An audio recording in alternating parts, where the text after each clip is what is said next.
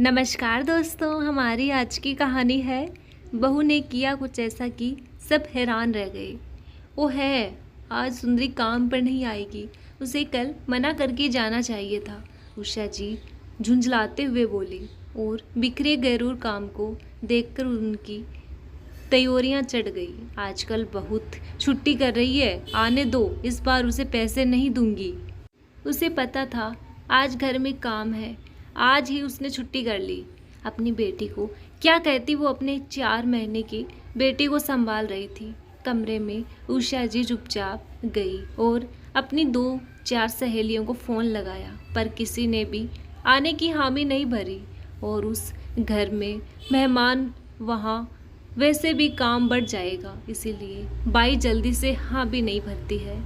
अभी 1 महीने पहले तो अपने बेटे राहुल की शादी नंदिनी से की थी। राहुल भी एमटेक किया हुआ अच्छी कंपनी में नौकरी करता था, वहीं बहू भी उसी कंपनी में काम करती थी। शादी के बाद वो हनीमून चले गए और फिर नौकरी के सिलसिले में दूसरे शहर रहने को चले गए। आज दोनों बेटे बहू महीने भर बाद वापस घर लौटे थे, तो उषा जी ने पूजा रखवाई थी। सब मेहमान आने वाले थे और दरियाँ और कारपेट बिछाने थे, पर पूरे घर में कचरा फैला हुआ था। अब वो रसोई संभालती क्या झाड़ू में करती, नंदों को कुछ कह भी नहीं सकती थी, और बाकी की बहन बेटियां भी अपने सजने संवरने में लगी हुई थी। वैसे भी आजकल घर में कोई फंक्शन हो तो सबको फोटो बनाने से ही फुर्सत नहीं मिलती जो घरेलू काम कराए। उषा जी इसी सोच में डूबी हुई थी। खाने वाली को कहा तो वो भड़क गई। मैं खाना बनाऊंगी तो आपने मुझे काम वाली समझा है क्या? खाना बनाऊंगी और चली जाऊंगी, मैं झाड़ू नहीं करती हूँ। और वो अपने काम में लग गई। तभी कानों में नंदिनी की आवाज़ गूंजी, मम्मी जी, कोई परेशानी है क्या? अभी ऑफिस का सिस्टम बंद किया है, कोई काम हो तो बता दीजिए। उषा जी को समझ नहीं आ रहा था आखिर बहू से कैसे कहूँ। फिर भी उन्होंने कहा कि आज सुंदरी काम पर नहीं आएगी। पंडित जी आने वाले हैं, इतना कचरा देखकर मेरा तो सिर चकरा रहा है। अब मैं पूजा रसोई का काम संभालूं या झाड़ू लगाऊं?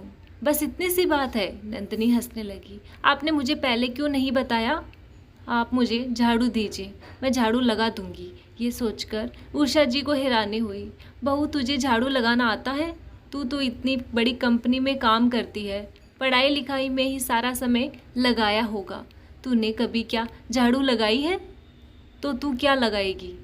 हाँ मम्मी जी, इतनी बड़ी कंपनी में काम करती हूँ तो क्या हुआ, मुझे घरेलू काम भी आते हैं। मम्मी ने गर्मियों की छुट्टियों में हमें सब सिखाया है।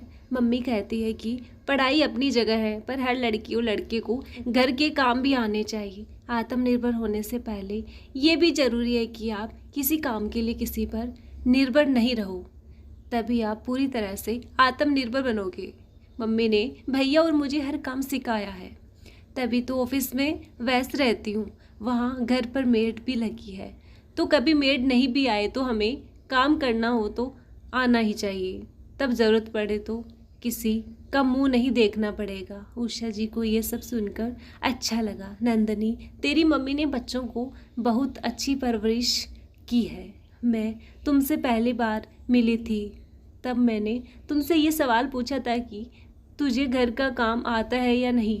मुझे लगा कि इतनी पढ़ी लिखी लड़की क्या घर का काम करती होगी। हाँ मम्मी जी, मेरी मम्मी ने हमें हर घरेलू काम करना सिखाया है। फिर घर का काम करना ही तो काम है, इसे करने में कैसी शर्म। फिर किसने कहा कि जो पढ़ लिख जाते हैं वो ये काम नहीं करते हैं? आज भैया विदेश में है और वहाँ तो मेड आसानी से नहीं मिलती है, पर भैया भाभी की पूरी मदद कराते हैं। भाभी मम्मी को बहुत धन्यवाद देती है कि उन्होंने अपने बेटे की इतनी अच्छी परवरिश की है और हर काम सिखाया है।